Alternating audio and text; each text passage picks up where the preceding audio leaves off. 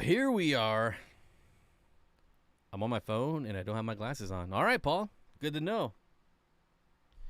May this be a healthy, uninterrupted stream. So, it will be uninterrupted. However, healthy, not sure. I'm still a little sick. Just got done streaming for an hour. I can already feel myself getting congested. So, I don't know if I'm going to make it the full 2 hours, but I will certainly try. Yeah, so that's where we're at. What did I see here? Davo says, hope the shin is healing up. It is healing up very nicely and very quickly, as I always do. So thank you for your concern. It's doing well. The swelling is finally almost all the way gone, and still some blood in there we got to drain out. But other than that, super okay. Hello, world. Hello, world. All right, so as you all know, the viewers drive the show here. So if you want to talk about fish, let's talk about fish. If you want to talk about something else, talk about something else. We do try to keep the first hour about fish, though, because this is a fish channel. Believe it or not. So what are we going to talk about? Well, one thing I want to talk about is, knock on wood very quietly. Probably can't hear that, but I don't want to wake up the dogs. No Corridoras losses since my last stream, which was just last Thursday, but since the last, I guess, Monday supposed to be stream. So I've made it a week without Corey losses. However, there's still bad news because after the stream Thursday, I did water changes, and then the next day, one of my tanks had ick, which is what I deserve because I was just bragging about how I haven't had ick for years. However, I did lose almost my entire colony of L398 plecos. 2 out of a dozen survived. And the interesting thing is that ick is very treatable, so I have no idea why they didn't make it. My pair of Apistogramma cockatoides are in that tank. They got ick, and they're just fine. Well, they were supposed to be a pair. They were sold to me as a pair, but they are both male, which is unfortunate. Well, it's pretty typical of Apistos to have sneaker males. Which is just a male that's not dominant, and so he tries to act like a female so he does not get picked on by the dominant male. That's a sneaker male. Also in the tank were 2 different species of Corridoras, and like I've said in the past, Corridoras are basically impervious to ick. They did not get ick at all. They can definitely get ick, but it's very rare in my experience. So this just confirms neither species got ick. They're all fine. Made it through treatment. What did I do for treatment? Just the triple med aquarium co-op combo, and really surprised that the plecos didn't make it, and also very disappointing because they're pretty expensive plecos. But you know, that's just something you gotta put your head down and keep moving on with the hobby, right? And then, so yeah, looking at the positives, no Corey losses, and I think I'm in the clear for what I have now. I do have new Corys coming this week that I bought from Dan's Fish, the C or CW 62. I don't believe they have a common name. I don't even think they have a scientific name. Maybe they do. But CW 62 should be here Thursday, so that's pretty exciting. I'm happy to have another species, and other than that, no new fish for a while. Do I think it has something to do with the plecos being scaleless? So normally my ick treatment is raising temperature and salt. I specifically didn't do salt because Corys, even though you can do salt with Corys, it's usually not enough to help with ick, and same with plecos. I don't know if they just had an adverse reaction to the meds, which is certainly rare but still a possibility, or if it was actually the ick that got them. I might have overloaded them too much on meds, you know. There's really no way to know unless I do an autopsy, and I'm not going to do an autopsy. So who knows? Who knows? It's just something that sucks, and you got to move on. Farmhouse Fish says, I sound better. That's good. That's good. always a plus. Is the sound super low for anyone else? My sound is pegged.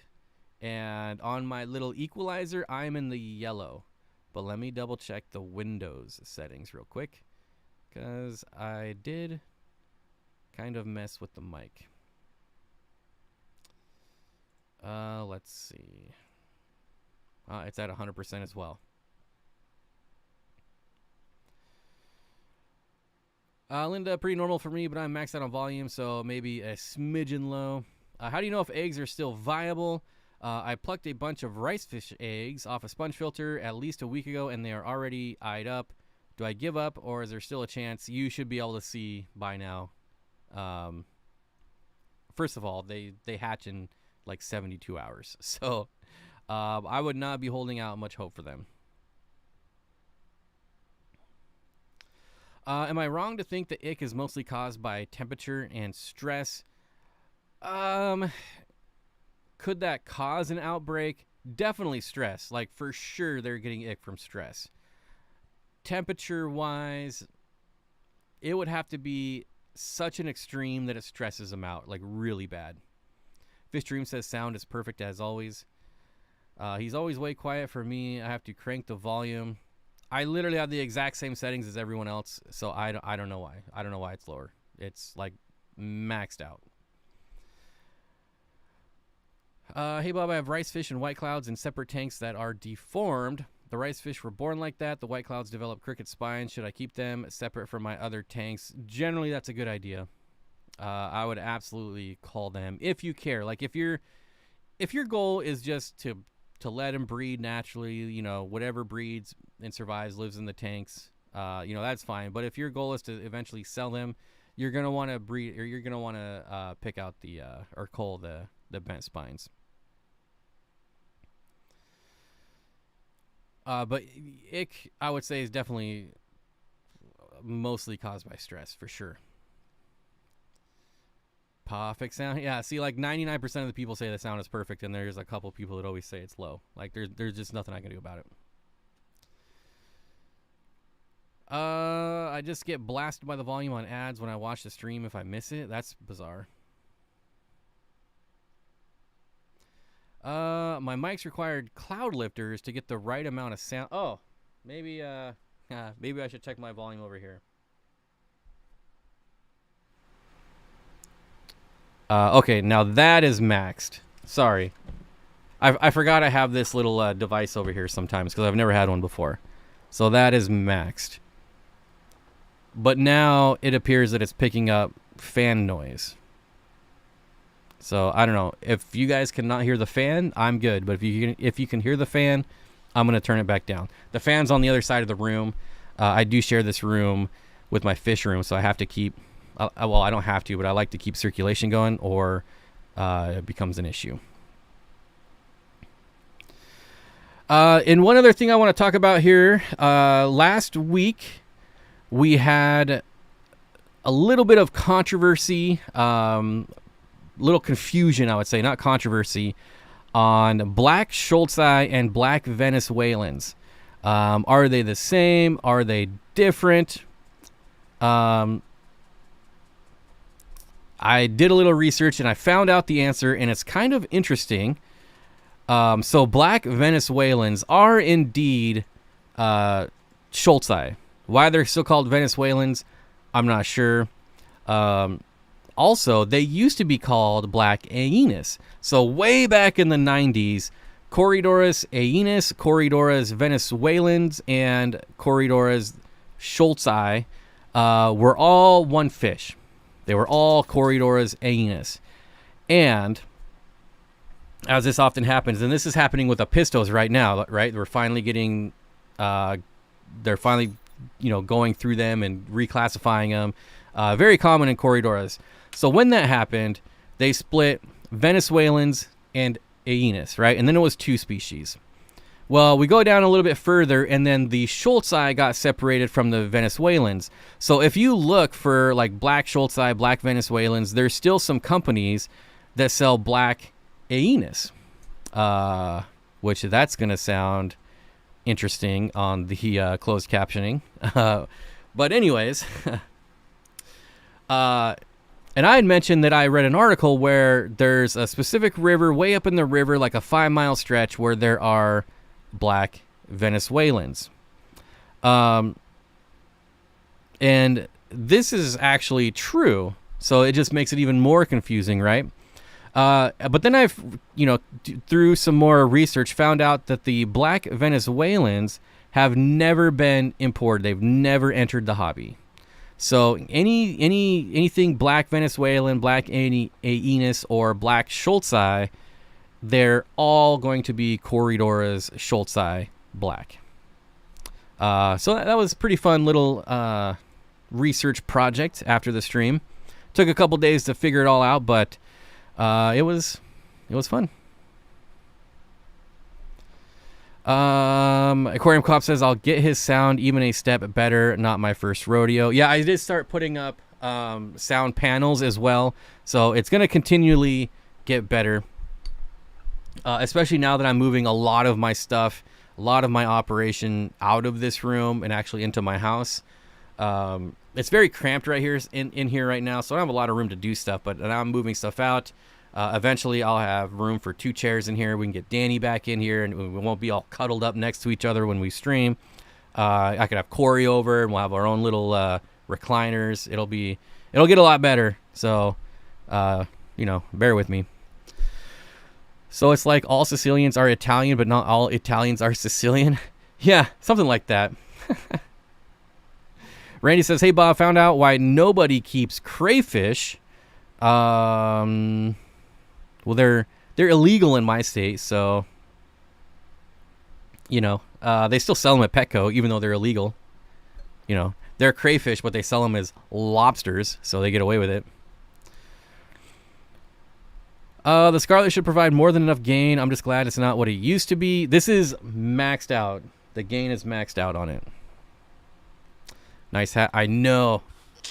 One of a kind hat right here. I want to try to sweet talk Corey and to get me a blue one, a nice like dark like navy blue. I don't know if I can make it happen, but that's one of my life goals. Aquarium Cop says, whoa, buddy. I never agreed to come over. Actually, you did, and I'm pretty sure I've got it on Facebook chat. So, It was actually your idea, if I remember right. I vote Corey visits all fish tubers and fixes their sound and video who's with me. That could get out of control really fast. Carlos says, hey, I just set up my fish tent. I just got 4 10 gallons. We'll be getting a fish tent. We don't see fish tents very often. I'd also like to note that in rearranging and redoing this little office space of mine, I was been working on this all day, and I did not end up having enough time to get all my lights that are normally on behind me plugged back in, because I'm rewiring a lot of stuff, and so that's why it's a little dark in here. But I do have lights in front of me now, so now like there's no shadow. Well, there's still shadows, but they'll once it's all done, there'll be less shadows. So there you go. Kegel, huh? Yeah, Kegel. I love how places can sell certain things, but we get in trouble for owning said products.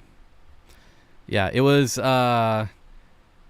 very disappointing. I've said this like a million times, but it was very disappointing when I found out my dwarf orange crayfish were legal or illegal. Kegel. Very disappointing, because those are some of the coolest non-fish aquatic animals you can buy. Dwarf orange crayfish. I highly recommend them. If they're legal in your state, get them. Honestly, if I wasn't on YouTube, I would still 100% own them, because how would they know? But anyways, I don't condone breaking the... Actually, I do. I do condone breaking stupid laws. So there you go. Lady Rorschach. Oh, I cannot say that last name. Lady is back. I just have to start a YouTube and document the process. I feel like that's how, like back in the day, this is how like every YouTuber started out. Ask anyone who's been around a long time how they started YouTube, and they will say, I just wanted to document my tanks and be able to look back on them in a couple years. And then eventually someone will get that video that gets like 1,000 views and you get all excited. That's what happened to me.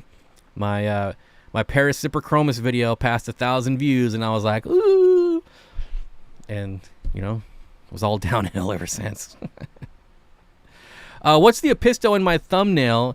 It's an Apistogramma hongsloi, very heavily photoshopped to try to make people click on it. So I guess technically clickbait. Mama said stupid laws are stupid. Yeah. In Seattle, it is illegal for a woman to sit on a guy's lap in community transit. So if you're riding a bus, if I'm on the bus, ladies, don't sit on my lap because it's illegal. All right. Now, there is an exception. If we put a pillow between us, then you can sit on my lap. This is an actual law in Seattle. Look it up. Matt says, hey, Bob, the pseudomagills from Dan are doing great. Awesome, super cool fish. Luminatus and signifers in their own tanks should be breeding by summer. They are also great for summer tubbing, too, if you have the weather for it. They can go cool, too, which is nice. So you get a little extra length of your summer tubbing time with apistos. And what makes Benchai your favorite? I love their mohawk. I love their colors. They're, of all the apistos that I've owned, I just love their colors. Their combination of colors the best. As far as apistos in general, they're all pretty much the same as far as behavior. Breeding's a little bit different, obviously, between some of the species, but all the common species are going to be easy to breed. So for me, it's just all about the colors. I like that they have like that rounded, like half bowl or bow shaped tail. I don't know what to call it. You know, it's just, you know, whatever. Where some of them have like the spade tail, some of them have like little fork tails. Weird restrictions are also usually there for weird. I mean, this is a law that was made like back in the 20s, so but it's still a law. It's still on the books. But it cracks me up. It really does. What about a guy sitting on a guy's lap? Well, it's Seattle, so that's probably legal, you know. T-Shot, what's going on, buddy? Says, I'm breeding hongsloi right now, growing up 3 spawns. Such a beautiful apisto. They're definitely in my top 5. It's almost impossible. Like, it's something that's always going to change, just like Rainbowfish, just like Corridoras. Like, ask me what my 5 favorite are now. It'll be different a year from now. But with apistos, Benchai, or the Inca 50 will always be my favorite. Corridoras, Sturbis will always be my favorite. My favorite pleco changes, obviously, right? It was zebras and it was 397. Now it's been L264 Sultan plecos for a long time. So I don't know if that will ever change because those plecos are really awesome. But yeah. I need more apistos. One other thing I'm really getting into right now is loaches. I might set up a couple breeding tank for loaches.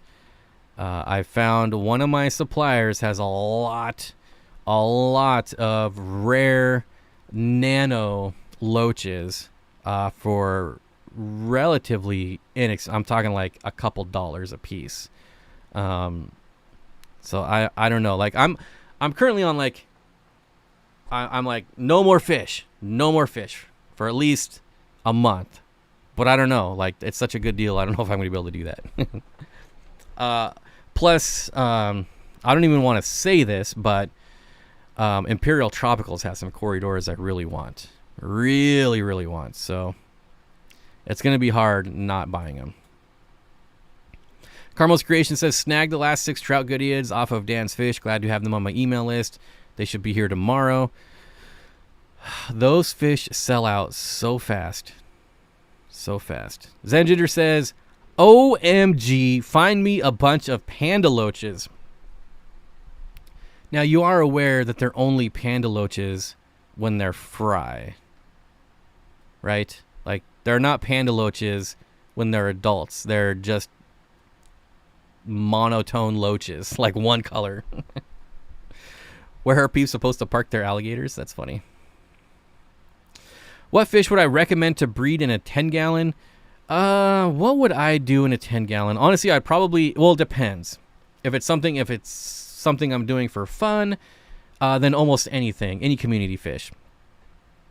Size appropriate, obviously. But when you're just focused on breeding, you can put fish, and it's usually better to put fish in smaller tanks. If this is like a show tank, and if it breeds, that's cool. I'd probably do pseudo McGills. If it's like a breeding for profit tank, I'd honestly probably do like maybe Endlers. Endlers sell well, and shrimp. That would be a good mix. Norman's Lamp-Eye Killifish. Those are really easy to breed and really popular. I think maybe Clown Killifish would be another one that's fairly easy to breed and super popular. You will always sell out of Clown Killies. Yeah, I don't know. Is that enough? Curtis Schindler with the $1 super chat. Thank you so much, buddy. I appreciate it. And Ginger Grumble with the $5 super chat says, please hit the like. I agree. If everyone hit the like right now, we could probably pass 200 viewers. We're at 180 right now, so let's watch it. Fish Dream says, I keep guppies with my cories. I've never seen babies. If I take the guppies out, how likely am I to have babies? Panda cories. So, panda cories and corridors in general should absolutely breed with guppies, and you should see it happening. Even if you're not in your, sitting by you don't have to sit by your tank all day long, right? Even if it's just something you're just passing it by a couple times a day, you should always, if your cories are breeding, you should definitely see it, because they're going to be going up and down the glass. They're going to be sticking eggs on the glass or somewhere in your tank there. If you're not seeing that, then they're just not breeding, and it has nothing to do with the guppies. Hey, Kang Lee is here. What's going on, buddy? Where did I see you? I saw you in Co-op's last video, a little B-roll, a Kang Lee unboxing some Co-op stuff. Bare Bottoms Aquatics says, man, it's all about African cichlids and saltwater here down in Texas. Yeah, I mean, you got the water for it. You really do. Dave says, just bought some chili rasboras for the first time. They are not adults yet, so they are so small. Rasboras, I'm telling you, great fish. People are always like, what can I get besides like neon tetras or, some of the common stuff? Go rasboras all the way. Hey, Bob, nice hat. I'm telling you, I always get compliments on the red hat. I'm so glad it's like a one-off. Loaches or gobies, you can only pick one gobies. Sorry, loaches, but it's always going to be gobies. If gobies were easier to breed, I would be all about gobies. I don't think I have the skill set yet to breed gobies. I do have bar cheek gobies, and I'm hoping they will spawn. But that's it. It's just a hope. I've got plenty of years to try to get them to spawn. And unfortunately, I tried to get one male, two females, but and Dan tried to get me one male and two females, but one of them was not mature yet. So one of them has grown up, and now I have two males, which is fine. They're in a 20 long, and they both sit in their own little caves. And then the female kind of like is just all over the place, and the males never move. It's so funny. But yeah, I'm hoping, hey, if they breed, great. But right now I'm going to be focusing on corridoras, and if I do end up getting loaches, then I'll try to breed loaches as well. I was going to say, you came through Minnesota and didn't come say hi. Oh, I would absolutely. I would love to do like a road trip all through that area, because there's so many fish people up there. Go be a goby breeder. I'm hoping like I could take, the experience from breeding cories. I already plan on doing loaches. I just planned on doing it after I got done with cories. But I might do them at the same time. Maybe I can take some of that experience and then go on with gobies. But I definitely feel like gobies are like top tier. Like, you got to be a really good breeder to breed gobies. But then again, Dan's just spawned in his tank. But Dan takes exceptionally exceptionally well. Oh my gosh, I'm butchering that. I'm just going to start over. Dan takes really good care of his fish, right? Constant water changes. He feeds live and frozen foods constantly.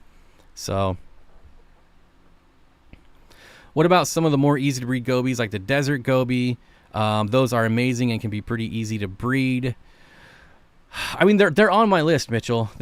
Gobies are definitely on my list. And like I said, I'm doing cories this year. I hope to, like I said, my goal is to breed 24 species of cories this year. Next year, I think I'm going to focus on loaches, and then maybe after that, I will go to gobies. We'll see. I am kind of like interested in trying some egg scatterers, but we'll see. Lumpy Dog says, listening to this dribble from my couch, man, I need to get a life. Go on a run, man. You're a runner. Go run. Go run. Matt says, I have a 20-gallon high. It's currently stocked with 1 Bolivian ram. Awesome. 3 black neons. Others died. I'd still get more. 1 bristlenose. Any recommendations for stock? Yeah, more black neons. Definitely get that school up. Eric Ryrock says, sick as a dog. I got fluids coming out the wazoo. All right. That's good to know. Ooh. Emissa says, moved my first pea puffer out of quarantine into the 20 long jungle Saturday. Kid named them Beep, Boop, and Bop. All right. Ride a bike. I am. I'm going to go a little off topic. I have the last couple months become obsessed with mountaineering. I've always been, a hiker, a camper, but I never really cared about climbing mountains, and I really want to summit Mount Rainier. So I got the bike out. I've been biking. I got a long ways to go before I'm at that level. A long ways to go, but I am obsessed with it. I would like to hit up Baker, Summit Baker, Summit Rainier, Summit Hood, and there's a couple other ones like in the 11,000 elevation range. Anyways, some dude says, my 120 gallon will be ready for fish next week. I was thinking about buying a school of Glossolepis Gittiman Village, which is a rainbow fish, a really awesome one, on Dan's Fish, as they are on sale for a great price. Are they? Let me take a look. I actually brought this species in one time when I was selling fish, and they came in bad shape. They did not do well for me. But that was the supplier. It wasn't my fault. Where are we at here? Glossolepis. Taking a quick look. Oh yeah, $15.99 is a great price for that fish. This is here. I'll show you guys this fish real quick. Hold on. I mean, really, any Glossolepis is just a beautiful fish with the long finnage. But check this out. This is not even colored up, so keep that in mind, right? This is not a full-grown adult, but it already has the nice oranges, the hints of blue. These are really beautiful when they're adults. But again, like most Glossolepis.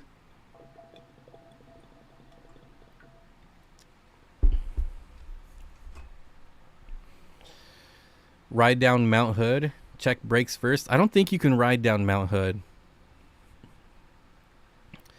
Well, I mean, you could ski it, so you could probably ride it, but that's not for me.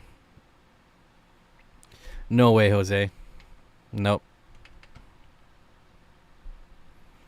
Paul McCarthy says, I'm doing the training for mountaineering at the moment. Come on over, man. We can do Rainier together. Like, why I haven't even done it yet is beyond me.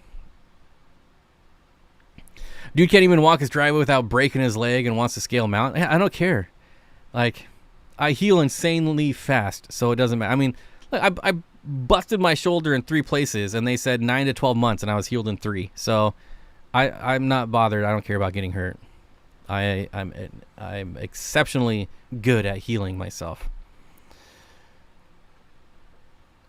Legion says Corey needs to start growing houseplants like Bob, and it'll make his fish room really nice. Well, he's got some in there. take Corey on the mountain trip. I bet he could do it. Like, I mean, all the training he was doing for Peru, I bet he could do it. It's not, Rainier is not technically difficult at all. When dosing Paracleanse, can you do it with salt? I mean, you could. And do you stop feeding fish during treatment? And how do you remove meds after?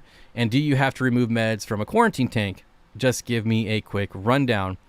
So a lot of people say don't feed when you're treating, but I do. I lightly feed because I want things to like pass through their body. So I do like to feed a little bit, but I don't like, I mean, I'm not like dumping in food. It's definitely less than what I would normally do. I don't do Paracleanse with salt, but you could. Like, if it's really bad, you could. And how do you remove meds? I just do a water change. I don't have any carbon filters. I just do water changes. And that's it. And you have to remove meds from a quarantine tank. Technically, if you take the fish out and just leave that tank up and running, you probably don't, but you still want to do like water changes as normal. Let the man dream. It's not a dream. It'll happen. Trust me. Right down the road. The road. That's like coasting. Is that even fun? Is coasting fun? Bob has a healing tank like in the movie Wanted with Angelina Jolie. I've never seen it. Not a huge Angelina Jolie fan. It's a shame what she did to Jennifer Aniston. Although I kind of have like this theory that Jennifer Aniston has just got to be crazy. Like, I don't know. I hate saying that because I've never met her, but I don't know what's going on down over there. Take Corey on a mountain trip. I think we are actually. Hopefully in the spring.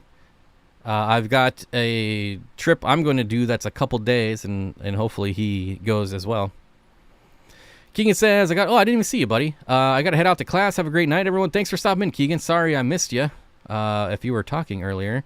Also, UPS, you're living the dream with a $15 super chat. Thank you, Katie. I appreciate it, as always. Matt's Aquatics says, are plant bunches worth it? Every time I buy them, they fall apart. Bad luck for me, or is it the plants? Here's the problem with plant bunches. People are buying and flipping. First of all, when you say plant bunch, I'm thinking of stem plants sold in bunches, right? They've usually got like the leaded anchor around them, or they're in like a plug. This is what really frustrates me, is that there's a lot of sellers out there that will buy their stem plants, their bunches. They'll unbox them, immediately put it on their website, and sell them the next day. This is not good for anyone. They're basically setting you up to fail, because the plants are 99.9% of the time going to be immersed grown. And if people don't know what immersed grown is, like if you're new to the hobby, you're going to get that plant, you're going to put it in your aquarium, and you're going to watch all the leaves fall off, and you'll be like, what the heck? It just died. And then you're going to buy them again. And then you're going to be like, what the heck? They just died again. Okay, well, maybe I'll get them from this guy. Same thing happened. With stem plants, it's very, very important to take them out of the bunch first off, right? I guess I assume you know, but if you don't know, they're actually grown out of water. So people will buy them from a greenhouse. They're grown above water. They get them in. They sell them the next day to you, and then they have to transition to submersed growth. When that's where all the leaves die off, they get new leaves. And usually that's not a terrible process, but it can definitely be like if you're new or if you're not used to stem plants, it's easy to kill them. Once you realize and get good at it, it's very easy to keep them alive, but it's also very easy to kill them. So when it comes to stem plants, I would highly recommend making sure you're buying submersed grown plants. So like when I was selling plants, I would just throw them in my tank, let them switch, and then I would sell them. This was like 6-7 years ago when I was selling on Facebook and on eBay. Because there's nothing worse than like getting a bad eBay review. But even then, again, you're just setting someone up for failure.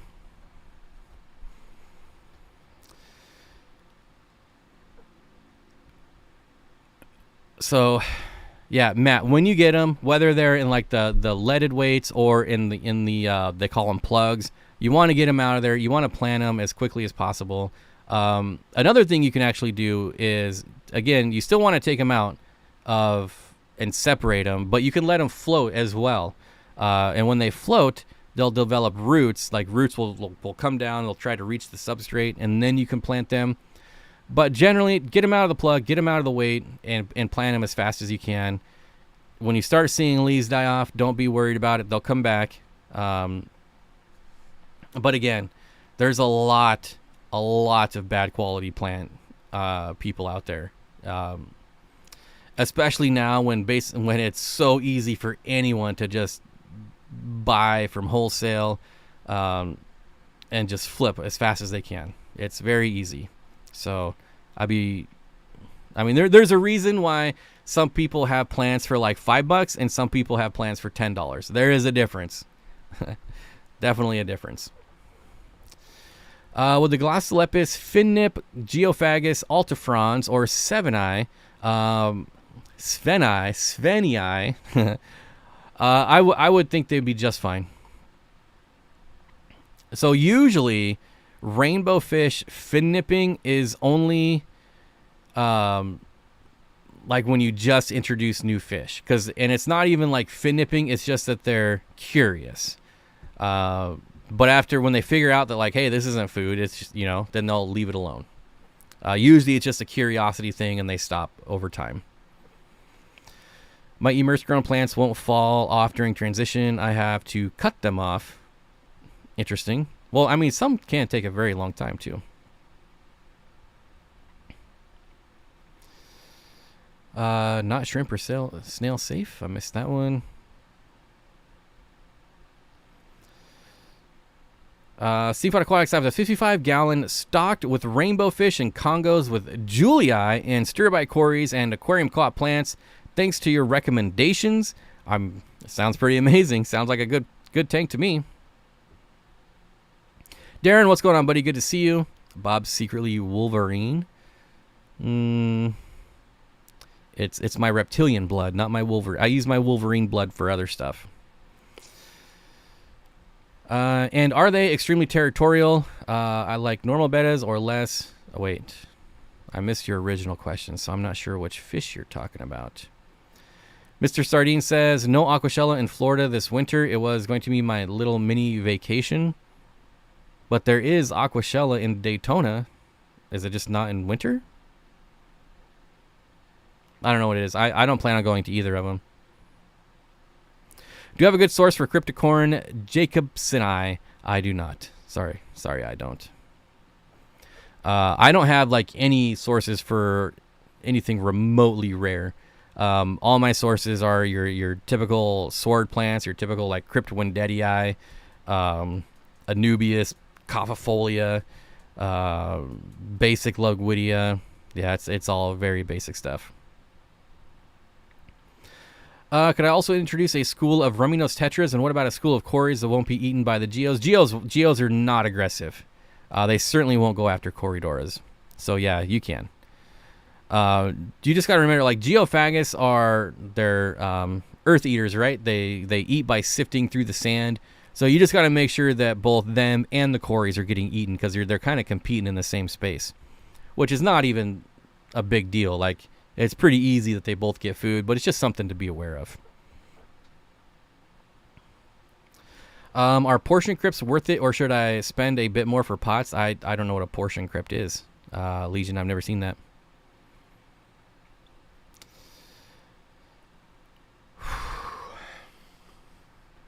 One of my dogs has really bad gas, like really bad.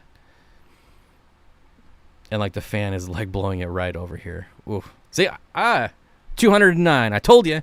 If everyone hit the likes, we'd pass 209. Thanks so much, everyone. I appreciate it. Lady says, I was planning on removing my pygmy cories from the mini mosh pit in a few months for them to breed, just to ensure the optimal number of fry to survive. Thoughts? Well, yes, I agree. If you're looking for the highest yields, you definitely want to separate them, and then also separate them after they spawn. I know a location has not been chosen yet, but do you plan to go to Fishtoberfest? That's a good question. I'm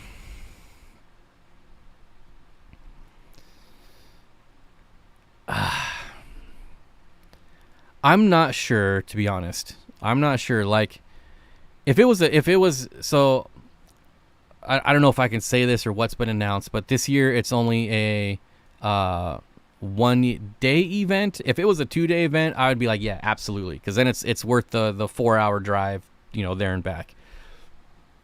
Excuse me. But for a 1-day event, I would need more info, like who's gonna be there, what vendors are gonna be there, what speakers are gonna be there, and that would, then I can give you, I could at least be like, yeah, I'm like, 75% chance I'm going. But without knowing any of that yet, I don't know that I could say one way or the other. Plus, I do have some other travel planned, so if it falls on the same time, then obviously not going. Sharpie Aquatics says, it's an amazing tank. We love it. Awesome. I do have my Facebook group, which right now is still called Steenfott Aquatics, but it is changing. So I don't know if you're on Facebook, but join up and share a picture. I'd love to see it. And anyone for that matter, come check it out. Would love to see. This is one thing I love Facebook, is because you all can post pictures of your tanks, which you can't do that on my YouTube channel. So Lee says, thanks for all the great content, Bob. Much appreciated with the $5 super chat. Thank you so much, buddy. I appreciate it. Luke says, we're also having an event in June this year down in Sacramento. That is one that I did want to go to. I haven't heard many details other than it is in June and in Sacramento. That's all I know. But I've been looking for an excuse to make it down to California. Like, ever since I started fish keeping, I've been to California lots of times, but since I've got back in the hobby, I've never been. I don't know why. So any excuse I can get to go to California, I'd love to go down there. Lady says, totally understandable, Bob. I was hoping it was going to be a 2-day event as well, but I guess it's better than nothing. Danikin Aquatics, what's going on? Atkins Nature Aquariums, what's going on, buddy? Got some plants from the co-op 2 weeks ago. They are growing new leaves without a hiccup and no dieback. Would not hesitate ordering more. There you go. I bought a couple plants myself there over the last few weeks. Yeah, what's up with that, YouTube? Get with the program. Yeah, YouTube is not very good for building a community around your channel.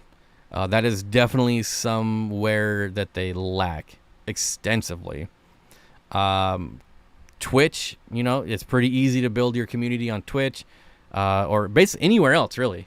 Anywhere else. But YouTube, not the greatest for, like, if I didn't live stream, we would have like no connection at all. Because let's be honest, like, the comments section is terrible on videos. I love reading through the comments, but it's not a place where we can like openly interact like a Facebook group or anywhere else. So I'm definitely all about that Facebook group right now. Do you think that pea gravel I use for substrate would be okay for geos? Ooh.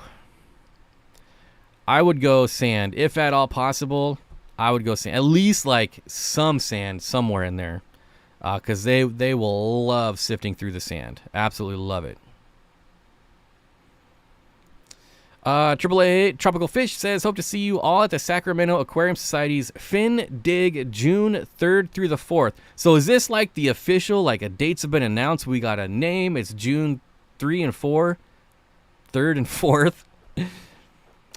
Is that like, this is it? Like it's official? Because I haven't heard anything official yet. Luke says June 3rd and 4th at the Lionsgate Hotel in McClellan. All right. Once I figure out how to use this calendar on my iPhone, I will get that scheduled. Matter of fact, just out of curiosity, gas prices are going up, which kind of sucks. That means flights are going to get more expensive. But I'm curious what they're going for right now. Let's see. We want to go from Everett to Sacramento. SMF, Sacramento International Airport. June 3rd. Wait.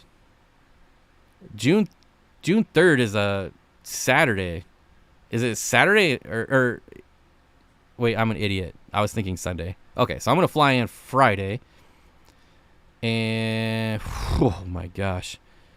Airfare is ridiculous. Holy smokes. $555 round trip. That used to be like a $100 round trip flight. That's crazy. Okay, let me try Seattle. Seattle to Sacramento. Friday. I'm going to do Friday through Monday. Oh, that's better. $200. Okay, there we go. So I just can't fly out of Everett. That's unfortunate. $200 for airfare. That's not bad. That's doable.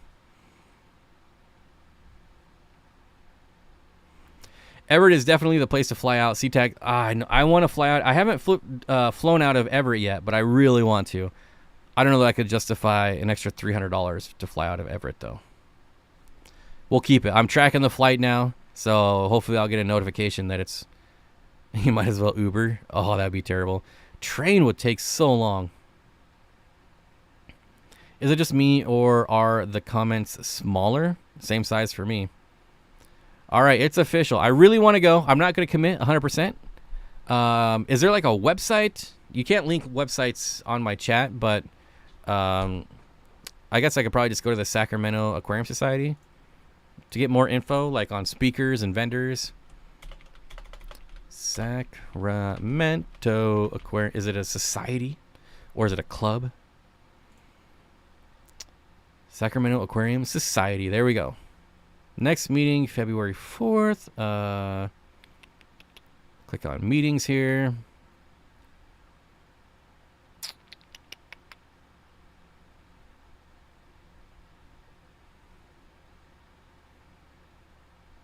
I'm not seeing anything on the website.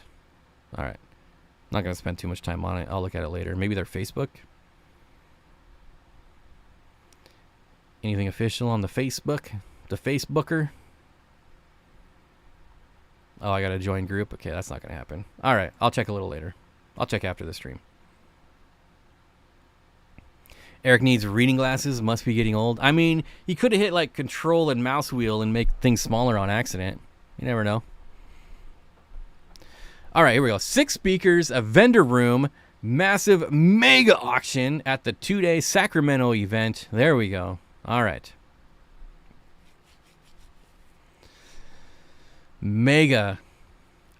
I just want some corridoras. All right, let's make sure there's some rare corridoras there, and then I could be like, I'm 110% going. If there's gonna be corries there, I'm down. Bob, I saw an older video from you yesterday where you made a tank with a ton of easy planters, and now I want to make an entire escape with them. It would just make everything so easy. Maybe that's why they're called easy planters. I did have to tear that tank down because I moved, but you were the one. I saw that got 1 view. I was like, oh, 1 person watched it.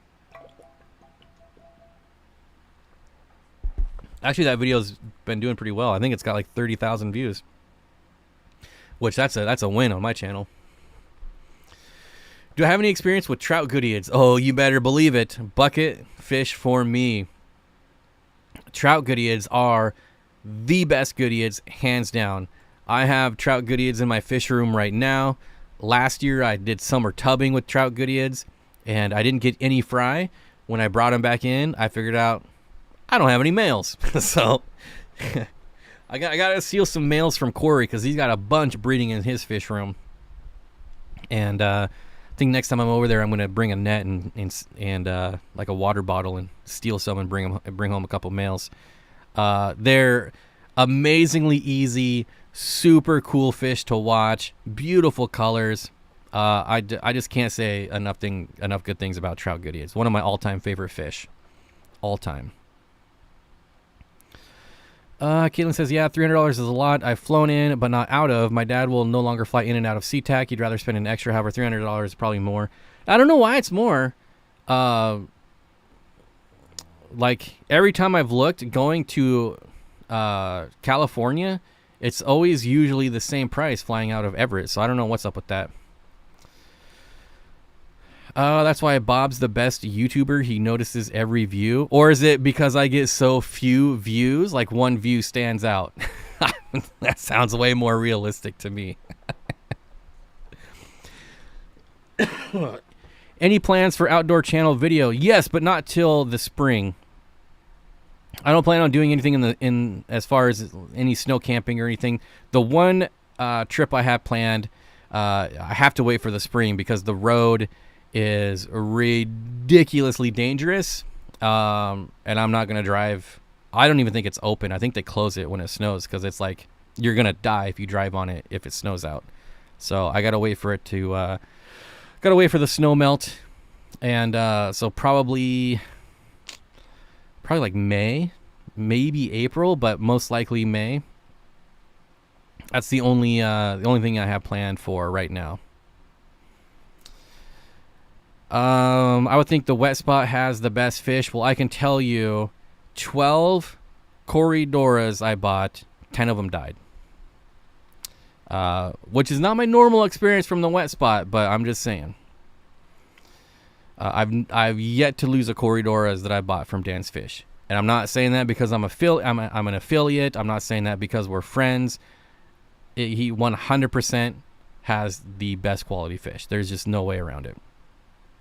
That dude will import fish and sit on them for a year if they're not healthy. It's pretty crazy, to be honest. Fish Dream says I have all female trout goodies also. A lot of potential for the Sacramento event. Yeah, I'd like to know, like, do we know who the speakers are? Because I'll be honest, I don't get one of the reasons like I don't do like talks is because I don't get excited, and I hate, I mean, it's probably gonna sound douchey, but I don't get excited to go watch YouTubers speak, right? I mean, I see their videos, I watch their live streams. So for me to spend $1,000-$1,500 to go on a trip to watch a YouTuber speak, I just it doesn't get me excited. Like I said, that's probably douchey, but it's just the way it is. I would rather pay like $1,500 for a trip and go see Mitchell Broom speak, right? Mitchell Broom, who's bred who knows how many species of fish. Like, that's someone I want to listen to. Plus, most of the YouTubers are my friends. Like, I could just call them if I want to listen to them, you know? Like, it's just the way it is. I don't imagine any YouTuber would pay to come see me give a talk. Just, you know, it's just the way it is. Mitchell Broom says, I generally have good success with most things from the wet spot, but Corey's just never work out for me for them. I will say, I got my Corridors Robinette from them, and I didn't lose a single one. But there was another one that I now have 2 left, which is disappointing. What if LeBron was speaking too? Well, again, if I want to see him cry and flop around on the ground, I can just watch one of his games. So why would I pay for that? I'll pay if I can pick the topic. See, now that is actually something that I would 100% have fun doing. Like, you pick the topic. You bring me out there. Whatever the topic is, that I think that would be fun. That would be a challenge too, right? Because who knows? It could be a topic on the best macaroni and cheese. I don't know. You know, it could be anything. I had an airstone I put in my tank yesterday, and it was so noisy. The pump was almost silent, but the airstone was making a ton of noise. Not the bubbles popping, but now it's quiet. I have no idea. I've never heard of that in my life. Yeah, Emissa. That's right. if I'm gonna listen to someone speak, I want it to be super geeky, not every YouTube video. I mean, but you're also listening to me right now. So, are you calling me a geek? I don't think so. I'm kidding. We all know what you're talking about. Recently got tequila Goodyeads, which is my second favorite Goodyead. Well, maybe the split fin. I don't know. Well, right now, I'm just going to say, today, tequila Goodyead's my second favorite Goodyead. One that I've kept many times, bred many times over. Anyways, just says, I recently got tequila Goodyeads from the co-op via Corey's fish room. One female came pregnant, already dropped fry. Do you know if you can mix Goodyeads in the tank, or will I would not mix Goodyeads. That's not. You certainly can, and there are species that won't interbreed, but there are species that will. So that you'd have to put some research in. I would say like Mike from Fish Tank Barn. He would be a really good one to ask, although he doesn't do live streams anymore. Maybe I should have him come on as a guest, and we can. That's like the live bear guy. Have you ever tried breeding emerald rainbow fish? So I'm gonna be honest, like I'm really into rainbow fish, but I've never really been interested in breeding rainbow fish.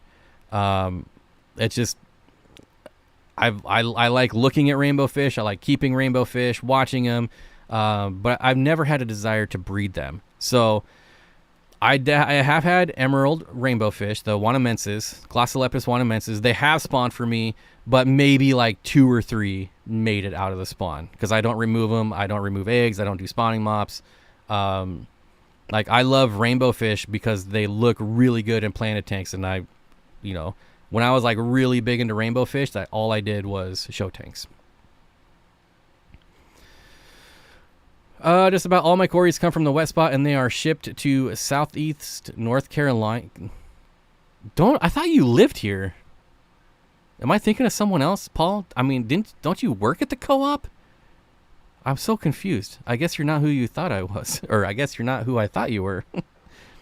Or maybe you moved. Why did I think you worked at the co-op? Maybe there's another Paul, though. I'm so confused right now. Man, the Goodyead police will roast you if you mix species. They are as hardcore as the killifish people.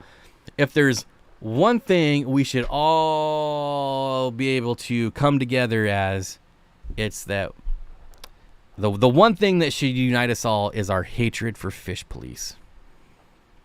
That should be like the one unifier. Like, screw the fish police. Bear Bond Squaram says mixing Goodyeads is not advised. It's like you can mix guppies, you can mix rainbow fish, you can mix Corys.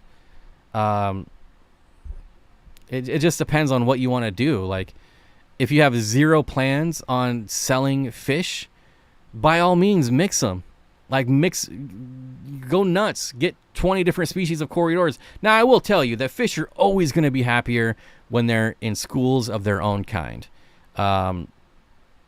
I'm talking like rainbow fish. If you're going to mix, or like corridors specifically, because I can see right now I've got 4 species of Corys in this tank, and all 4 species are schooling with their own kind. Now, if I had one of like 20 different species and put them in there, they're going to school together kind of here and there and haphazardly. They'll be happy. They'll be just fine. But they're still going to prefer being in a school of 20 of their own species. So, I would have no problem doing it. But that's just me.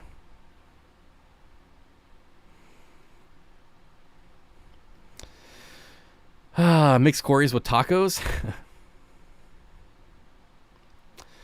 Refish police, but I wouldn't want to create hybrids regardless. Good to know. Just got some albino gold lasers. I've never seen those in person. Very cool. Very yellow. Ever see the longfin snow white corridoras? Are those just longfin albino Corys? Paul says, Bob, I basically lived in 2 areas, New Jersey, New York, and North Carolina. I'm totally thinking of a different Paul then. I got my Pauls confused. I apologize. Thanks for the recommendation for Fish Tank Barn. I'll check him out. Yeah, Mike's super cool. One of the nicest guys ever. He's got a whole fish room of rare live bears. So yeah, definitely check him out. Fish Tank Barn. Fish police. I'm telling you, they're the worst. Johnny at Dance Fish. What's going on? Johnny says our Chilothrina, Alani, Wapogas are spawning like crazy and not eating their fry. We've had about 40 to 50 grow out now. Yeah, and that's basically like, have I bred lots of rainbow fish species? Yes, but it's in a community setting, and if the fry survive, if the eggs survive, that's a miracle. And if the fry survive, it's just a couple.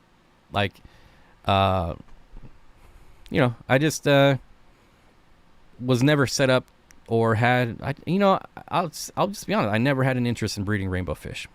They take so long to grow out. I don't know, just was never for me. The Snow White Cory is a leucistic one, so it's white with black eyes. I'm not an albino fish kind of guy, but those are pretty nice. Yeah, that would be pretty cool. It's kind of weird. Like, I like leucistic fish, leucistic reptiles. I don't generally like albino fish or albino reptiles. Have I ever kept San Juan Corridoras? No, but they're on my list. They're generally an inexpensive Cory. Definitely on my list. I've tried to order them a few times, but I've always gotten snubbed. I never made the cut, so I've never received them, but I have tried to get them a couple times. How many neon green tetras can you put in a 55-gallon? I want to do a large school only one species. Green neon tetras. Oh, I mean, you could do like 50.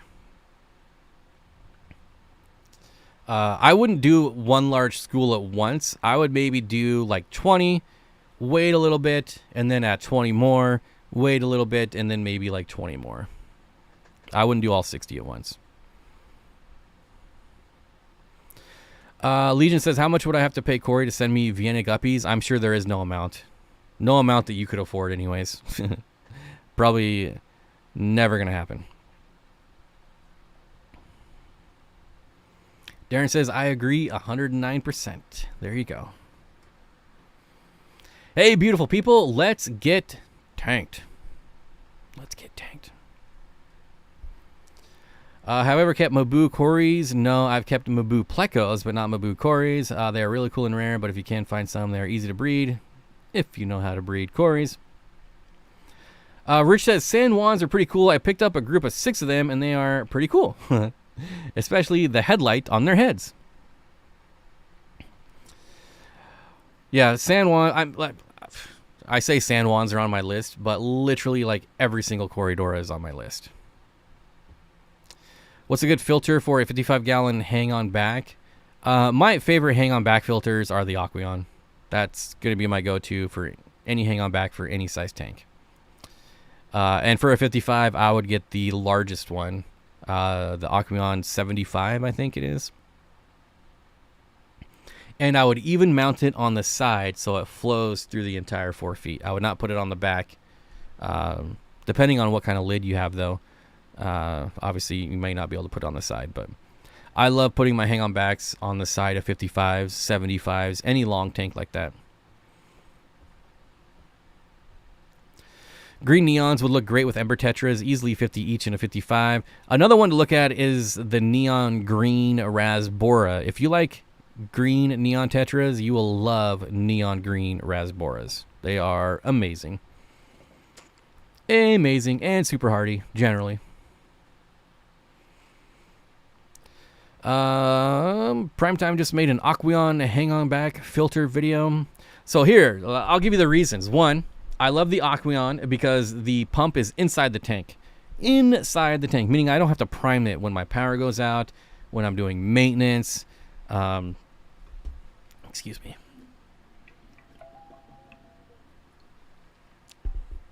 And the other really important thing to me when it comes to hang-on back filters are large media trays.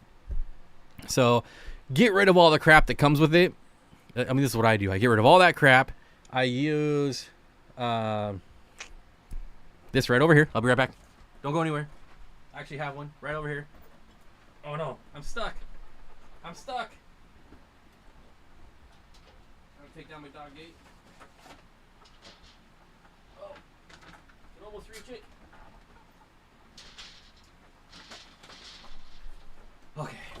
Oh, I'm rolling over something. Power cord, or my charging cable for my phone. This right here.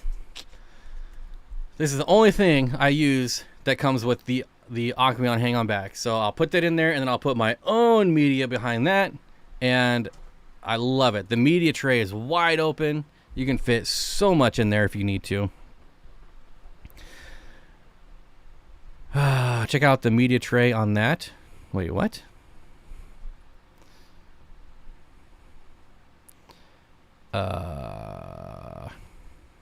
Okay, I lost chat. Let me roll it back down here. Mrs. says, love the flow across the longer tanks. Yeah. So when it comes to hang on back, pump inside the tank and large media trays. That's all I care about. I think the AquaClear is, in my opinion, one of the worst hang on back filters ever made. I absolutely hate it. It requires the most maintenance, in my opinion. The lid never sits on it right. It's so annoying. Pre-filter sponge, then whatever media. So depending on what fish I have in the aquarium, depends on if I use a pre-filter sponge. But the only thing I use my hang-on backs for are mechanical filtration. So I just pump this thing with so much batting, as much batting as I can get in there. I don't care about biological filtration. I don't care about bacteria. That's all. There's plenty of bacteria in your tank, right? You don't need bacteria in your filter. That's whatever. We could argue about that until we're both blue in the head. The only thing I want to do is remove particles out of my water. That's why I love my media trays on the AquaClear Fluval 110s. I can't do those. I've tried them over and over and over, and I've never had one not give me an issue. Why wouldn't you use a pre-filter sponge? Fish will eat it. No, because the whole point of me, if I don't have fish that are not going to get sucked up, I'm not going to use a pre-filter sponge, because it's going to be easier for me to just replace the batting than it is to take the pre-filter sponge off, rinse it out, clean it, and then put it back on. Like, I don't see a need for it if I don't have fish that are going to get sucked up into it. Have I ever kept Corridoras Sodalis? No, but again, they're on my list. I got them like 5 years ago, mislabeled as some other common species. They are really pretty, not easy to find though. So they are available right now from one of my suppliers. I haven't ordered them because I feel like they're overpriced. At the wholesale price, I feel like they're too expensive. So I'm not going to order them. But yeah, the Sodalis is a really cool looking Corridora. Somebody somewhere said angelfish with white clouds. That's absolutely. Sorry, I missed who made that comment, but there you go. The skimmer on the Tidal 35 drives me crazy. So I haven't tried the Seachem Tidal yet. What I hear is people either love it or they don't like it. I never hear anyone be like, yeah, it's pretty okay. It's either like a love-hate thing. Bob, did you ever make that aquarium pickup lines video? No, because instead of going down as to have fun, I went down as a business, and so that's what I had to focus on. I have a Tidal 55 on a 10-gallon reef tank and the 110 on a 40 breeder. A Tidal 55 on a 10. I guess if it's a reef tank, that makes sense. Rich says the blue parrot convict cichlid is an underrated fish in my opinion. Isn't that just the Honduran cichlid, or is the blue parrot convict an actual convict? I don't know. I don't know enough about them. They're not really my jam. But I thought that was the case. But maybe I'm probably wrong. Because just a convict, no matter what type, you'll never convince me it's underrated. It's a convict. It's never going to be underrated, in my opinion. The only thing that ate my pre-filter sponge was my cat when I took it out to clean it. It's a hybrid? Okay, that makes sense. What's a good centerpiece fish for a 55-gallon with a large school of neon tetras? I mean, a lot of people like angelfish. So, me personally, I'm not a big angelfish guy, but I do love Leopoldi angels. I think that would be pretty cool. I mean, I love Leopoldi angels, and I always like seeing them in tanks with other schooling fish. So that would be my go-to.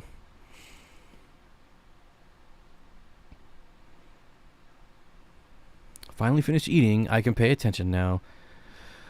Aussie's off fish. What's going on? Says hello, Bob. Or hello, good evening, Bob and everyone. I saw some pygmy cory fry and currently feeding Ebo spirulina paste. Still alive, a few weeks old. And now I'm assuming a few weeks old. I'm assuming. Wish me luck. Got like 20. That's awesome. He's talking about the HRP. Yeah, Honduran red point, right? Convict that's crossed with parrotfish to get that weird body. Okay, that's what I thought. It had something to do with the Honduran. A true Honduran red point, I can get behind that fish. Most of the Honduran red points in the hobby are not like true Honduran. But I did get me a pair of true Honduran red points like 7 years ago, and I absolutely love them. There was no aggression. Super cool fish. What's my favorite schooling fish? Well, right now it's the Coste tetra, which are probably the best schooling tetras I've ever seen in my life.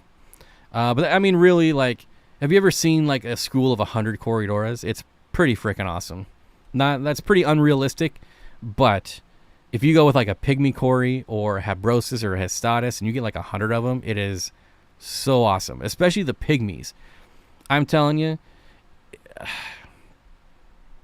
someone with a tank of like 300 pygmies would destroy the internet. Like, it would be so awesome. You would have like, because they hover, right? They hover in the group. Can you imagine like 300 pygmy cories just hovering and like a 125 or a 75 gallon? That would be amazing. Why do you hate your aqua clears? I went over that. Cherry tetras. I don't know enough about them to know how. I mean, if you're giving your opinion for schooling tetras, they're beautiful fish though. I was recently made aware of the cherry tetras, and yeah, pretty neat. There was another one that I just saw. I just came across. What was it? Let me see if I can find it here real quick.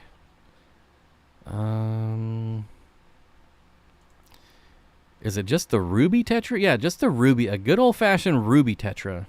I saw a picture, not a video, but I saw a picture of a large school of them, and I was like, that's pretty awesome. Ruby tetras, pretty sweet. 300 pygmies, I would lose my mind, right? Well, I mean, really 300 of any cories, but especially the pygmies because they hover. My Habrosus and my Hestatus, they never hovered. Pygmies were the only like dwarf species that ever hovered for me. I have a group of 50 plus Corridoras, CW140, not a dwarf, but still small and a 40 long. They would move in a wave across the tank. Yeah, there's some videos that you can find on YouTube of Corridoras, in the wild, in schools of like thousands, and it's, well, maybe it's only hundreds. I don't know. It's impossible to count.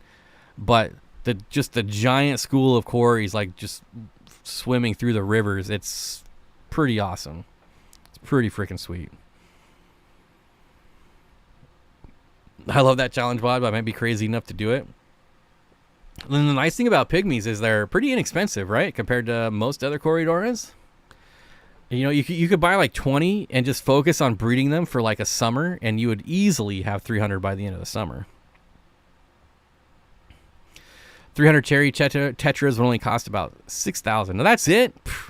That's like 1 week of YouTube income. That's nothing. I'll say this about the Title 55 with almost 2 years running in saltwater. I've never had to take the impeller out because it never got stuck like the others. Once a year, I just clean it. That's one of the reasons I don't like AquaClear. I feel like I'm always having to take the impeller out of an AquaClear and cleaning it. Not a fan. Just recently heard of blue-eyed Congo tetras. They look awesome. There's a lot of Congo tetras coming out into the hobby right now.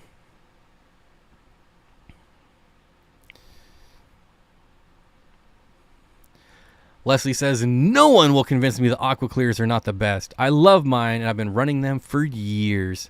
There you go. See, in the end, it doesn't matter, right? If you love it, you love it. It doesn't matter if I don't like it. It doesn't matter if, you know, Joe Blow 4869 on YouTube, if he doesn't like it. Whatever works for you, works for you. Whatever works for me, works for me. And what works for me is the AquaClear. Aqueon. Aqueon, not AquaClear. Bob cleaned out the Eheim canister on the discus tank and found a few stir-by fry in it. Were they like super pale and white with no color because they've been in the dark their whole lives?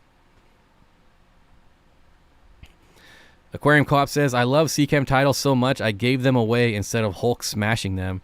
All of my AquaClears I Hulk smash. Every single one. Underrated common fish everyone wishes they have kept or bred. I feel like if it's a common fish, then everyone has kept it. That's a hard question. Atkins Nature Aquarium says, my AquaClears stick from time to time. I don't trust them. Yeah, I always have, like, if the power goes out, I always have, like, my Marineland filters. They'll eventually restart. They'll make a lot of noise for a while, but it was like the AquaClears that just, like, never restarted. I always had to prime them.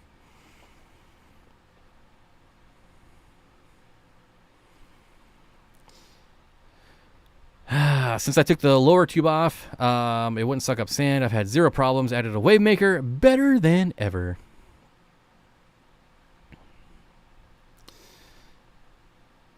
I clean all my filter impellers once a year. Citric acid bath in a bucket. Like, you go online, and it's... if you go online and you search AquaClear impeller, you'll always find people that are like, oh, I had to put Vaseline on it so it shut up. Like, you shouldn't have to do that. But it's like, it's a common thing. It's a common fix for AquaClears. Like, I've never had to put Vaseline on any of my other filters. Why do I have to do it on this one? But, you know, if you love them, you love them. If you don't, you don't. Doesn't, you know? Like I said, whatever works for you, works for you. Doesn't matter what anyone else thinks. Cichlids eating fry and not sure if they're... Wait, what? TK, I don't understand. Cichlids eating fry and not sure the look of holding... Do they look like they're holding? Well, first of all, TK, what kind of cichlids? There's thousands of species of cichlids. It's, I think, the largest group of fish there is.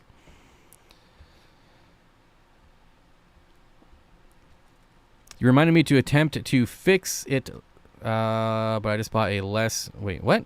You reminded me to attempt to fix it. Luckily, I just bought a less internal corner filter, and it works like a frame? What? I'm so confused. Matt Gray with the $20 super chat says, for dropping the knowledge. Thank you, Matt. I appreciate it. I don't know what knowledge you speak of, but hey, if you got value out of it, then I'm happy. UPS, you're living the dream with the $10 super chat says, I second that, Matt. Thank you so much, Katie. I appreciate it.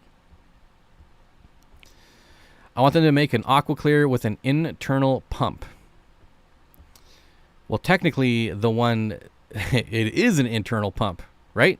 Or do you mean in-tank pump? Paul says, Bob, they were dark and had fully developed eyes. I think it has to do with the Eheim Pros are translucent. So, oh, okay. That makes sense. I've never had an Eheim canister, so I did not know. That's I always hear people finding the fry in canisters, and they're always like ghost white. UPSer is the real MVP. As long as she's not throwing around boxes, trashing boxes in the back of her UPS truck, then yeah, she is the MVP. Bob's here to destroy AquaClears. Next live stream.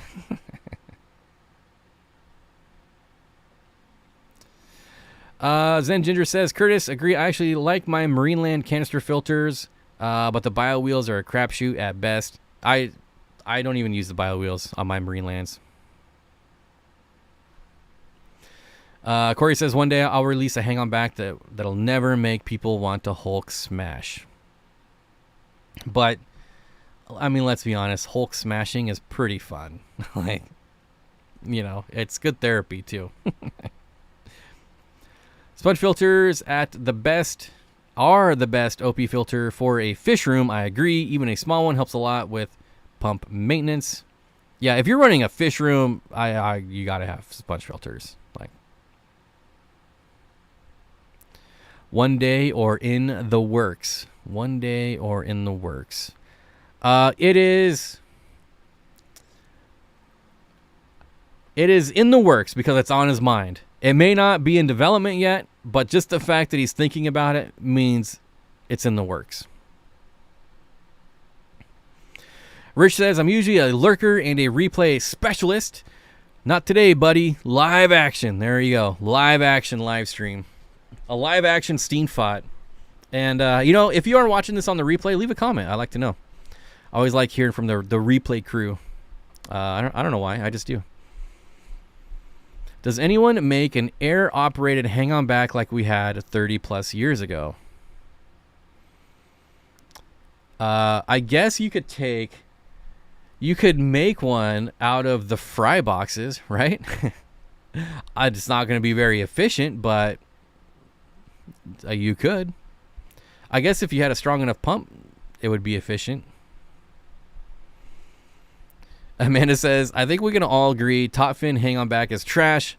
Almost cut my fingers every time I extend or compress the intake tube. So I guess thankfully I've never had the experience of a top fin hang-on back filter. Carmo's Creation says, since we're talking filters, I absolutely love my Oase filter with built-in heater. Currently running 4 for the past year. Easy maintenance with the pre-filter sponge component. I'm unfamiliar with that filter. Oase pre-filter with built-in heater. I don't know that I would like that. Like, you have good luck. That's awesome. But I feel like that's just one more thing that can fail. Like, hang-on backs already generally don't have the best reputation for longevity. Adding more components to it, I don't know. Again, you've had good luck with it, so maybe I'm just being paranoid. I've got an air-operated hang-on back in my office so I can show the manufacturers when I lay out my idea. Legion says, how long did the aquarium co-op light take from idea to for sale? When the idea happened, the idea probably happened a long time ago, but I would say 5 years. I think we're about 5 years. There you go right there. Corey says, I'd have to look, but the very first email, it's between 4 and 5 years since starting our journey on lights. Had lights made in 3 different countries before finding our final manufacturer. I'm telling you, the reviews are in on the lights, and they are really good. Just go look for yourself. I love them. I absolutely love them. I figure having them there is better than having nothing, and I hardly ever had to touch them. There you go. I mean, that's what it's all about, right? Finding whatever, like I said, finding whatever works for you with your schedule, your level of maintenance. I mean, everything. I mean, that's what it's all about.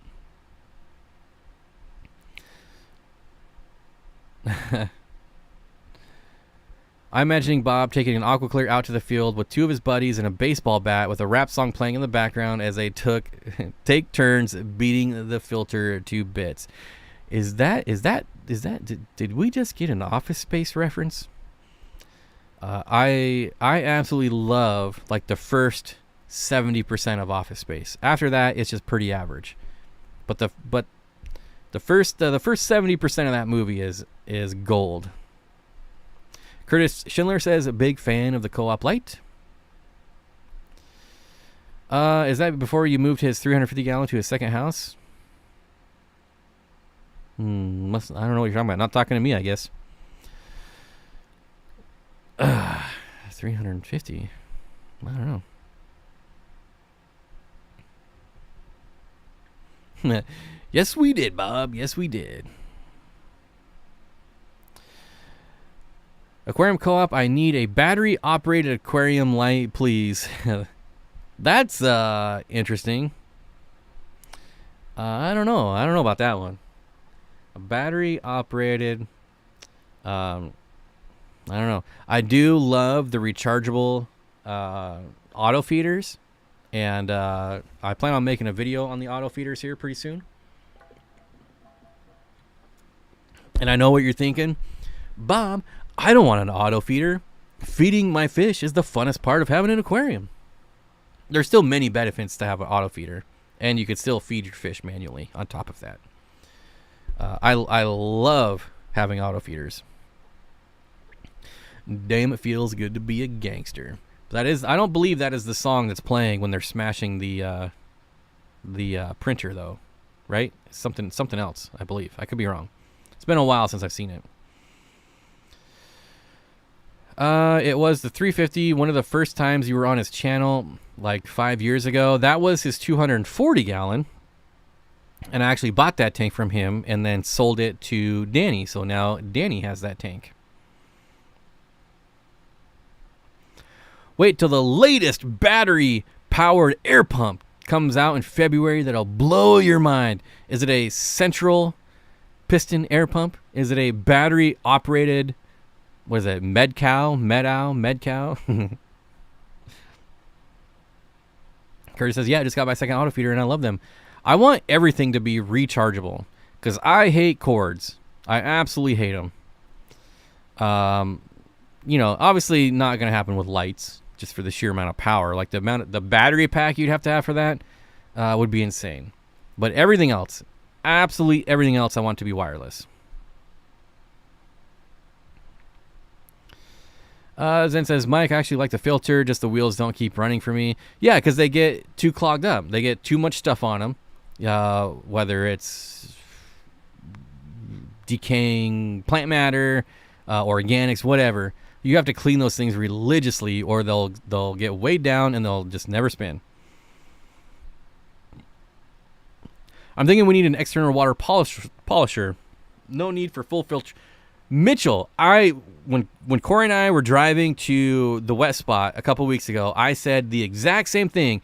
I said I want something that I can take from tank to tank and just let it run for like 30 minutes and move it to the next one. And yeah, I'm thinking we need an external water polisher. No need for full filtration and make it easy to get the gunk out without dumping it back in the tank or on the floor. Yeah, but the problem with that is that's only marketable to people with like fish rooms, right? I don't think someone with like 1 or 2 fish tanks, which is like obviously the vast majority of fish keepers, you know, they're gonna want the hang on back filter. But you and me that have lots of tanks, yeah. And there was a breeder up here by us that Corey did a video on, the Geller Aquatics.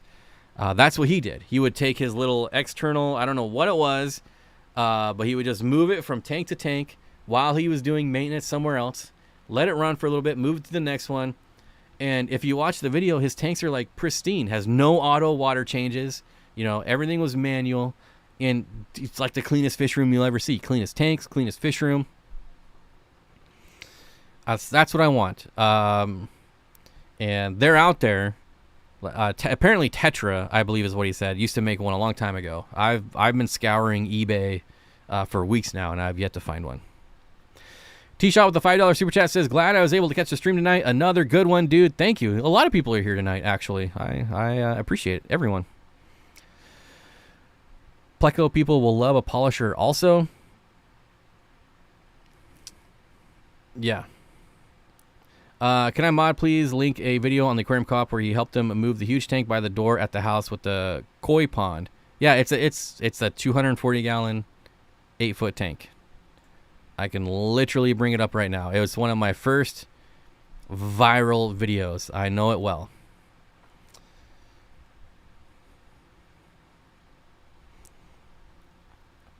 I am fairly confident in saying that Corey has never, ever had a 350-gallon tank.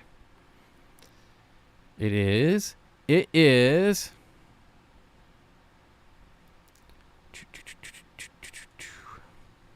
I'll find it here. Pretty quick. Whoa. My video, easiest way to attach plants to driftwood has 77,000 views. Holy smokes. Let's see. There's the fish store tour. Yep. It's right here. How to set up an aquarium. 240-gallon fish tank. The thumbnail is literally me and him carrying the tank. Here you go. I'll link it in chat for you. If you want some old school co-op and Steenfott, that's it right there. To be fair, when the tank was in my house, it was a 230 gallons, but I had a 340-gallon glass tank that ruined my life at the store when it exploded. Same stand. Replaced the tank with acrylic. Wait. Maybe are you talking about the super custom acrylic one? Now I'm confused.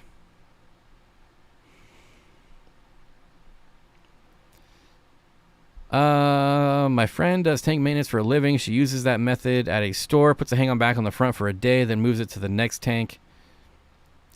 That seems pretty tedious. So does she have to go back to the store every day and move it? Amissa says, got to step away. Thanks for the stream. Good night, everyone. If I don't get back, thanks so much for stopping by, Amissa. I appreciate it. Always good to see you. I think people exaggerate how hard it is to clean canisters, especially the Fluval 400 series. Yes, it's a bit more work, but considering you only have to do it every 6 to 12 months, it's really not that bad. Yeah, but compared to a sump, like it takes 5 minutes to service a sump. So for me, I much prefer sumps over canisters. But I get it. Canisters are quiet. They're easy. Easy to set up. Hey, Bob, since Corey's in the stream, ask who the other Paul is. Well, there was a Paul that worked at a store that I got you confused with, but we don't need to give out his last name or anything. I don't know if he still works there, to be honest, because I don't make it to the co-op very often. I just got my Pauls mixed up. Anyone know? Anyone know if anyone else has KJE as a sponsor for their channel? I know Roxanne has a code, but I thought someone else did too. No, I have no idea. I am unsure. Just check. They still sell Vortex Diatom filter. Okay, let's look this up. Vortex Diatom filter.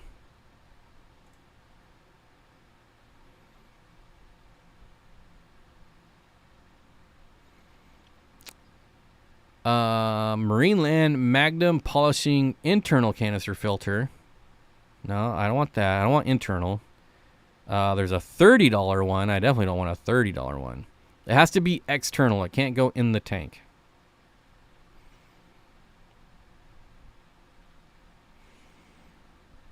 So the one I'm thinking of, and the one that Guiler Aquatics used, it literally sat on the tank like a hang-on back. It went in, it sucked out the water, and spit it back in there. But it was not a hang-on back filter.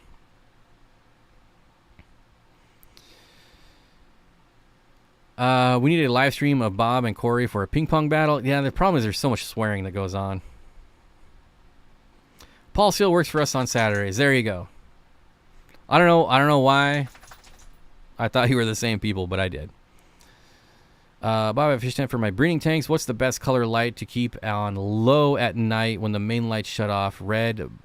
Why do you want a light on at night? That would be my question. I definitely wouldn't do blue. Probably red.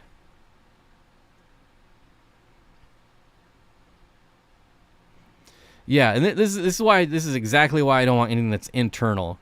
Aquarium Co-op says Vortex is clunky because you have to use a pitcher to move the intake and outtake without losing charge of the diatomaceous earth. Plus, just the mess of taking an entire filter in and out of a tank. Like, that is going to be so messy.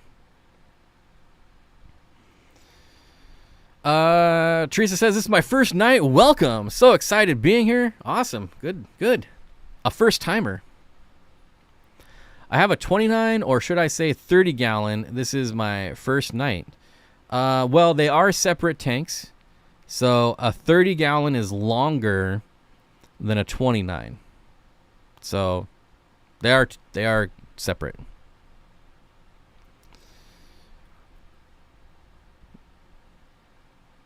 Is Fluval better than regular lights we get? Depends. What's the regular, like the almost anything is going to be better than what comes. If you have an aquarium that comes with a light, chances are it's not that great.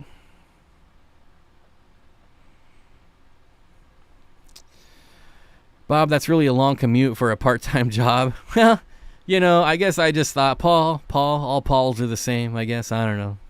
I mean, what can I say? I'm an idiot, all right? I admit it. I'll never shy away from being an idiot. Do I know anything about plants? I know a little bit about plants.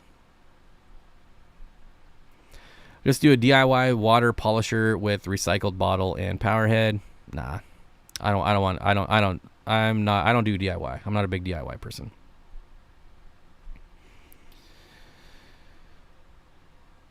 Yeah, co-op does. Do you have one, Caitlin? Have you picked one up yet?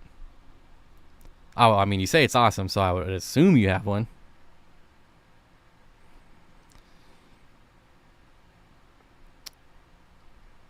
First night. Wow. I wish I could find out. I don't know. See, I haven't talked to him for like 5 years, so I don't know. Can I like just email him and be like, hey, remember me? I bought fish from you like 7 years ago. What was that device that you would take from tank to tank when you were doing maintenance? You know? And he'd be like, who are you? What do you want? Why are you contacting me? If it's for breeding, doesn't a little night light help parents to protect eggs, fries? Some of the heaters in my tanks have enough light for that. I think, though. Well, Amanda, I feel like if you're breeding in a community tank, you're really not going for optimal survival rates. Hey, we're having a cold snap here in Washington. Yeah, here too, buddy. Probably definitely not as cold as Wenatchee. But over here on this side of the mountains where I'm at, it was down in the 20s. I think we might have dipped into the teens because it was cold, and it never thawed out. It's still frozen. Everything's still frozen.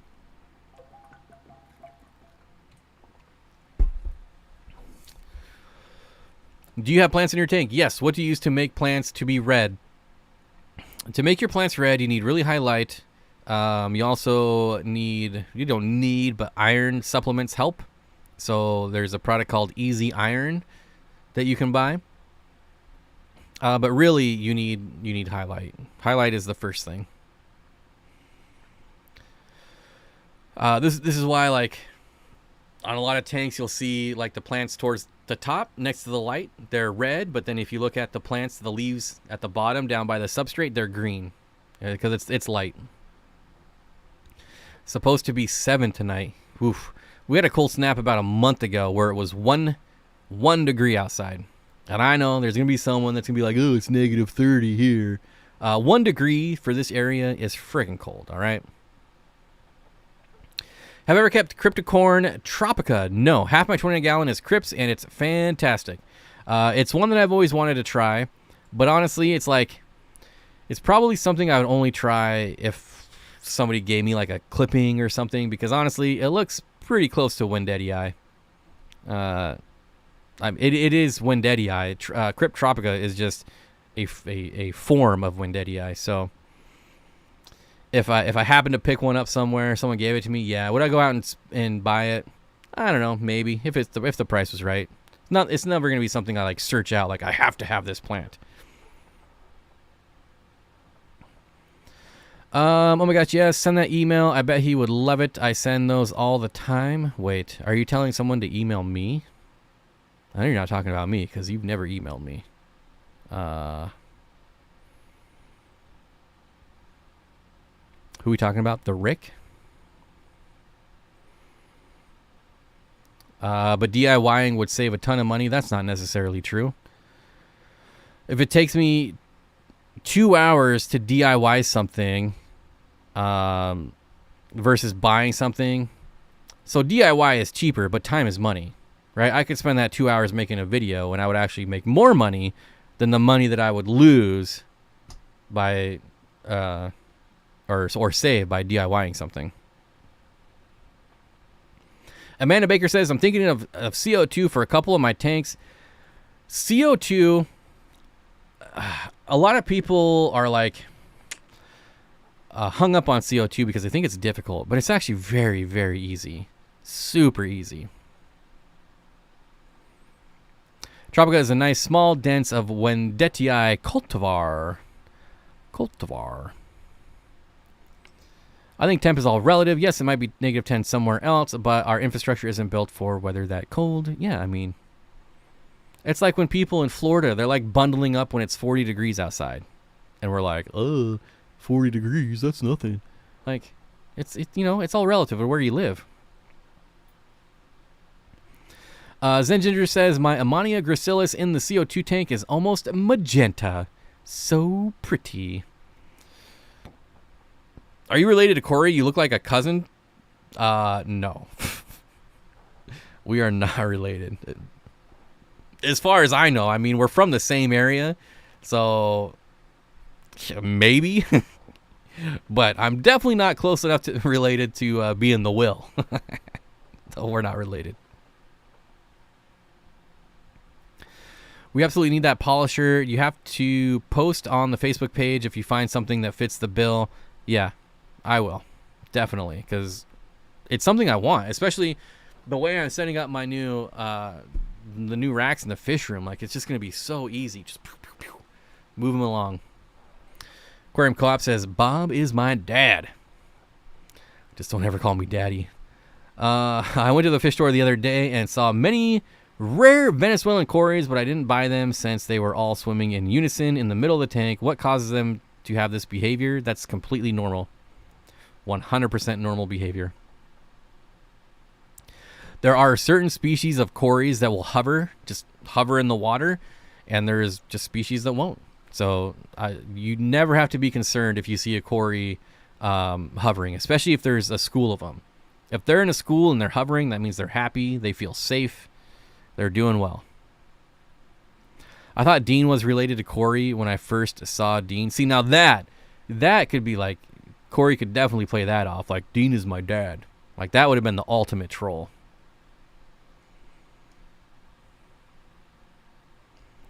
Her 209 says, where I'm at, it's the opposite. It could be 110 degrees out, and we're like, why are you turning on the AC? Oh, oof. Is Corey older than you by experience of knowledge? Yes. He's far superior. Like, well, one, I have the worst memory in the world. Like, I've got no memory. Yeah. So he is vastly more knowledgeable than I am. Dean is my son. Tiffany says, Amanda, I found it seemed to make a difference if I left a small nightlight near the tank when I had angelfish eggs fry with the parents. They needed to be able to see to protect. I mean, I could see that. Especially if you have other fish in the tank. I have a nightlight in my fish room. As a matter of fact, I got 2 of them. It's just they automatically turn on. It's one of the ones that are light sensitive. So as soon as my light turns out, the night lights turn on. But I put them there for me, not for the fish, because I got tired of tripping on stuff walking through the fish room with the lights off. Nisha says, hey, first time on the channel and I need some help figuring out what filter to put on my new 75-gallon tank. I can't decide between a hang-on back or canister. I'm using a sponge filter to cycle the tank. Whew. You, Nisha, can spark a really big debate there. Hang-on back or canister. It's really all about personal preference. I would rather have a hang-on back than a canister, but there's lots of people that would take a canister over a hang-on back. My thing is, I don't like servicing canister filters. I don't care that you only have to do it once, twice, 3, maybe 4 times a year. I just don't like servicing. Like, I never will. It's so easy to service a hang-on back filter. Like, that's the route I'm always going to go.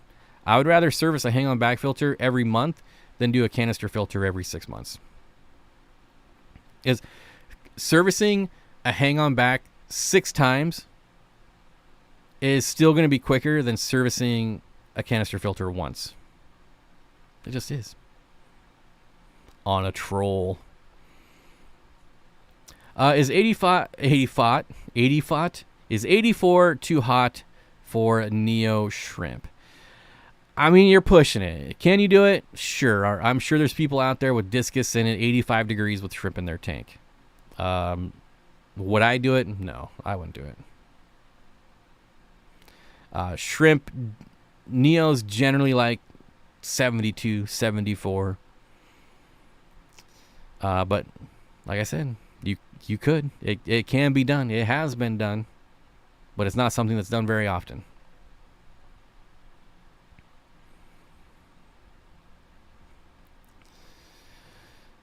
So that would make Bob Dean's grandpa. We're getting kind of carried away now. I don't even know how to comprehend that. Bob is Dean's grandpa because Dean is Corey's son. So, yeah. Okay, that was a lot easier than I thought. See? I told you I'm an idiot. Nisha says, I was thinking to hang on back because I didn't want to mess with a canister. Yep. And, I've never had a canister or a hang on back filter leak ever in my life. I have had a canister filter leak. So, it's a possibility.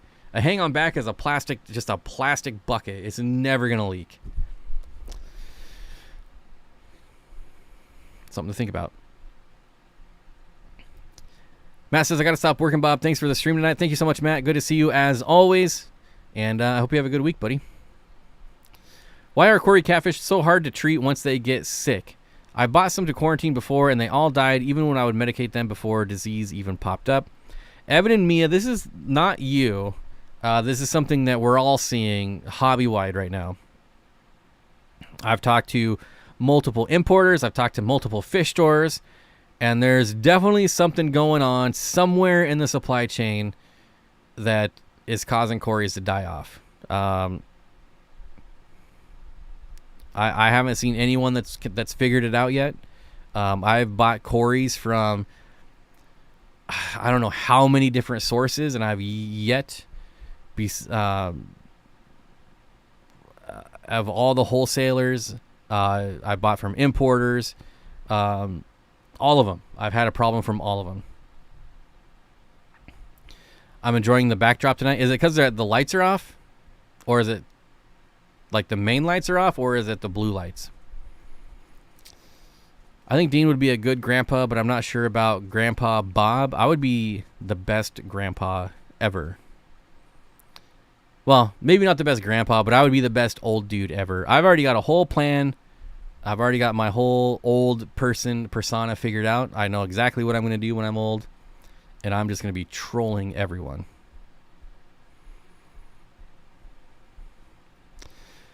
Also, if a hang-on back does leak, it can only leak so much as it can pull water out as far down as the intake goes. Corey had that experience in the store with one of his plant tanks. Yeah, so there you can have water like come out over the back of a hang-on back filter if it gets too clogged up. But again, that's your own fault. That's just lack of maintenance. That's like you haven't cleaned out your filter in so long, like it's so clogged up, like the water just keeps rising, and then it goes over the back. Or, if one of his leaked, it was an AquaClear, which just proves my point that they're trash because he only uses AquaClear. So, that's I like it.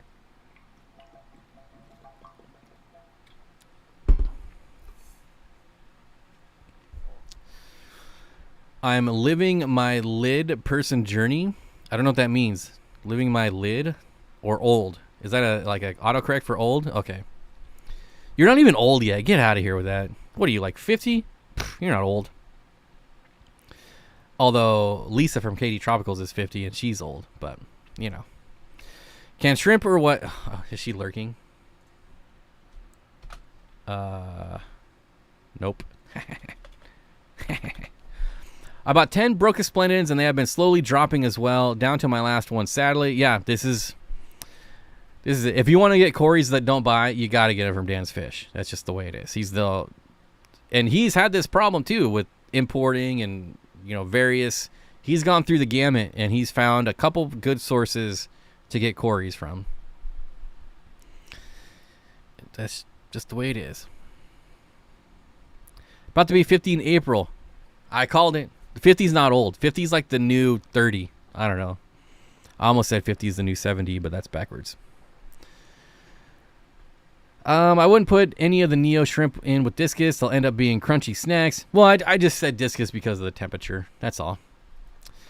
I bought an FX6 for my discus tank and never set it up. Sponge filters and hang on back. Plus my maintenance keeps the nitrates really low, 10 to 20.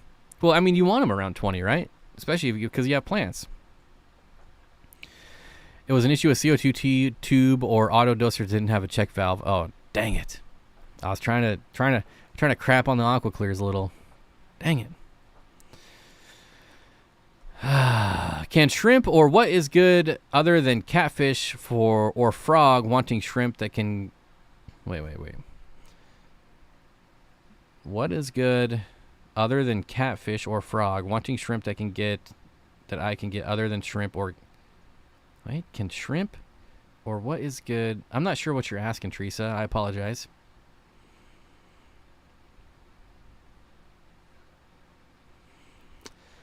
Yell at kids. I mean, I already want Velcro shoes at my current age. So, you know, if I could find some sweet Velcro shoes, I would absolutely own them.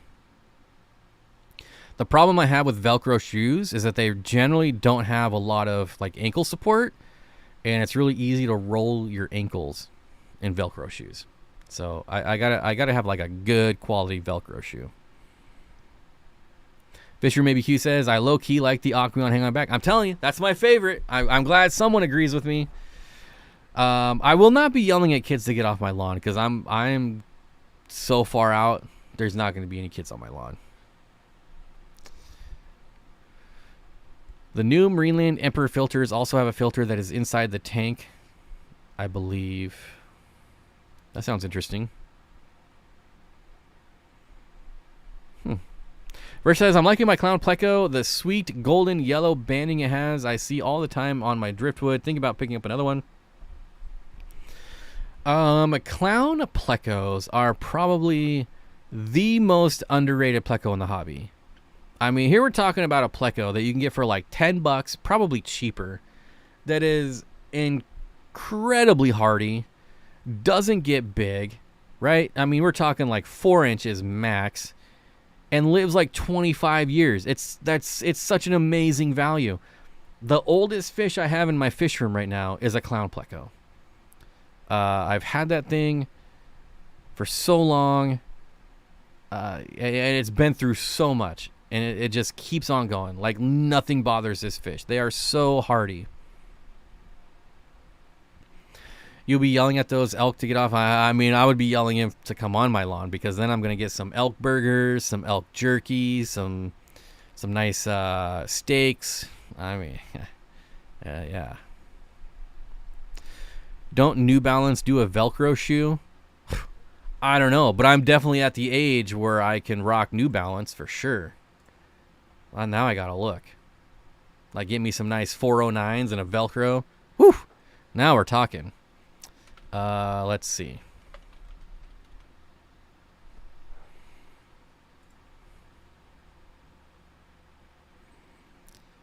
Skechers Velcro? No, I'm not a fan of Skechers. What else do we got here? I'm not seeing any. Just on this quick search. Let me try somewhere else.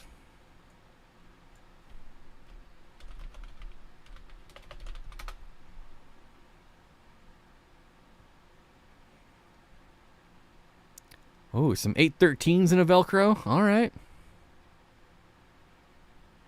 New Balance 990 V5 hook and loop. Woo!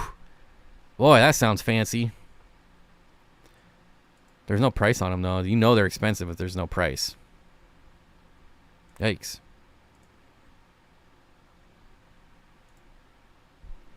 What online... Wait.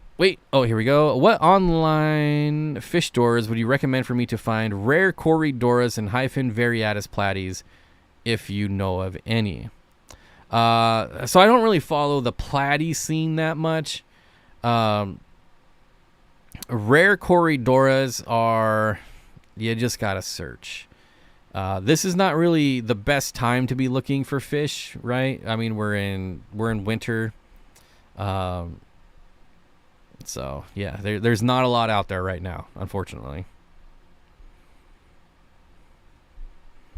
I can 100% envision Bob wearing Velcro, Old Man, New Balance. I'm telling you, if I can find some, I might have some by the next stream. I won't even be ashamed about it. No.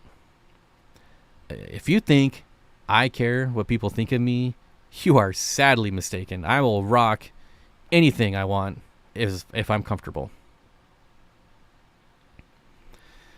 Hook and loop because Velcro is trademarked? No, it says Velcro right on it. Hook and loop. Hook and loop. Of course, that could just be the website, not New Balance. Hook and loop means off-brand Velcro. You got to splurge on real... Oh, now that is completely different. Hook and loop is not real Velcro.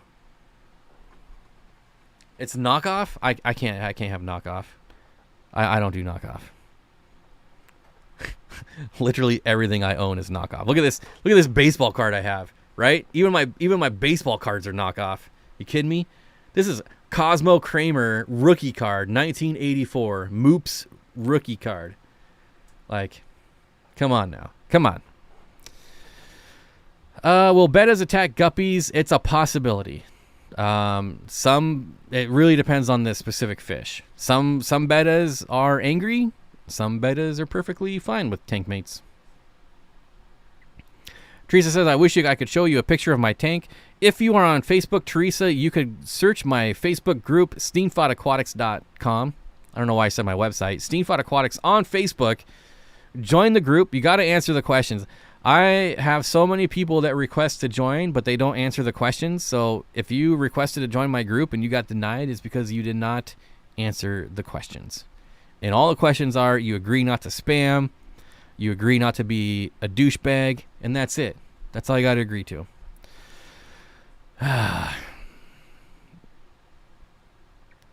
But if you do join the group, then you can share pictures. But I don't know if you're on Facebook. Bob, you should rock the Napoleon Dynamite moon boots. You know I would, except they look too much like Uggs, and I don't want people to think I'm wearing Uggs. If there's one thing I'll never do is wear Uggs. Uggs and Crocs, never gonna happen.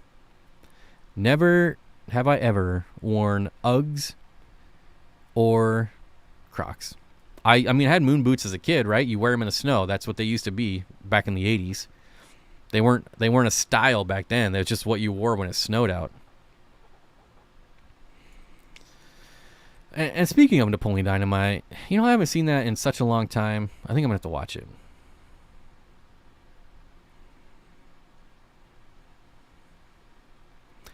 I really wish Velcro shoes were more in style, or if kids would wear them longer, because I hate tying kids' shoes. You got to get some of these. Was it you, Curtis, that got me turned on to these shoes? Like, a good pair of slip-ons. Like, that's almost... You know what? That's probably better than Velcro. Just on and off, on and off. I wear these things everywhere. I was out chopping wood earlier, and I was wearing these slip-on shoes. It was great. It was absolutely awesome. Did you know Jesus loved fish? I just assume everyone loves fish. Yeah. If you don't love fish, then you're basically a communist. I don't know. What's the best size for an outdoor tub? Large. The largest outdoor tub you can afford and have room for is the best. That's the same answer for tanks. What's the best size fish tank? How much money do you got? How much space do you got? That's the best size. I have Velcro rock climbing shoes. Like you've ever rock climbed. Get out of here. Who are you fooling? The dude slip-on. I love them. They're so comfy. I wish they were cheaper. Like, they're only $50, but I still feel like this shoe should be like $20 because there's not a lot there. You know, there's not even laces. It should be way cheaper than $50. But you know what? That just prevents me from buying a bunch more of them. That's all.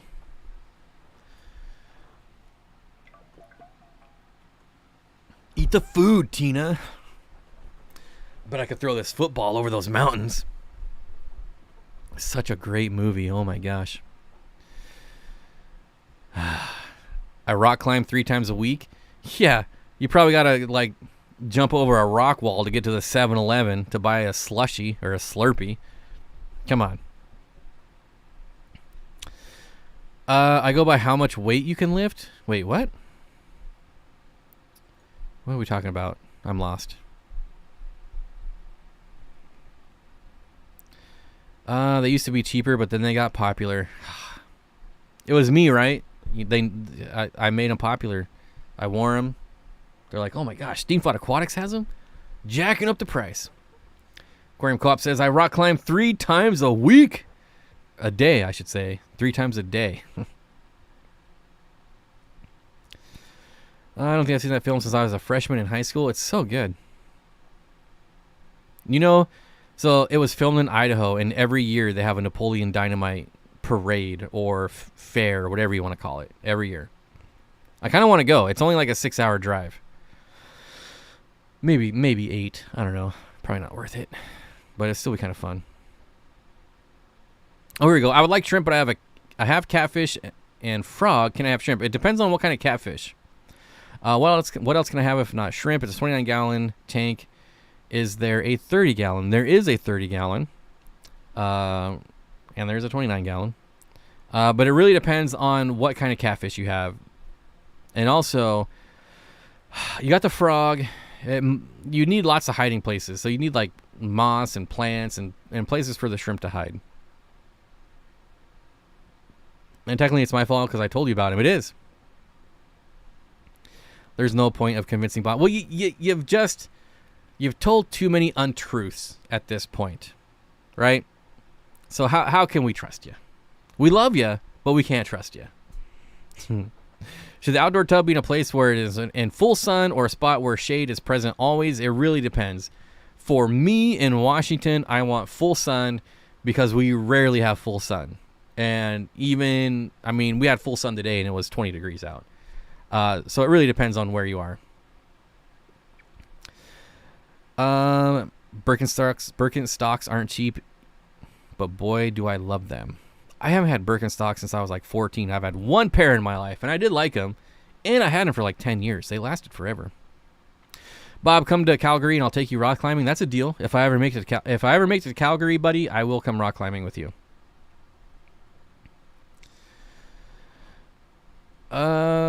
Should outdoor tub be in place? Yeah, so Rich, it really depends. I mean, if you're in California, you probably want shade, right? But if you're up north like me, we want sun. And it also depends on what fish you're putting in there. That makes a difference too. Is a mono or ghost, or what kind of shrimp is best? Well, I mean, that's a personal preference. I would say a mono are probably best for you because they're the largest. So they're probably going to do, if they actually get to like full adult size, they get like 3 inches. And your little frog's not going to mess with that. So that's probably, I would go a mono. Ghost shrimp are generally pretty small when you buy them in the store, so probably going to get eaten. But again, it really depends on what specific type of catfish you have. And on that note, I'm going to call it a night. It is past 7 o'clock. I was planning on only doing an hour, but I made it the whole 2 hours. So right on. So thanks everyone for coming out. I appreciate it. I hope you had a good time. I sure did. So I would hope you did too. Real quick here. Would you do white clouds and possibly corridoras? I would only do, again, in my climate here in Washington, I do have white clouds outside year round, but Corydoras I could only do in the summer. That's all. That's all I can do. Were you successful breeding crystal red shrimps? Oh, yeah. I had so many of them, I was giving them away. But yeah, that's going to do it. Thanks, everyone, for the super chats. Thanks to the mods. Thanks to the lurkers. Thanks, everyone, for hanging out. And also the replay crew. Again, if you're part of the replay crew, leave a comment. I'd love to hear from you. Don't be afraid to leave a comment after this stream is uploaded. I would appreciate it. And otherwise, I hope you all have a great week.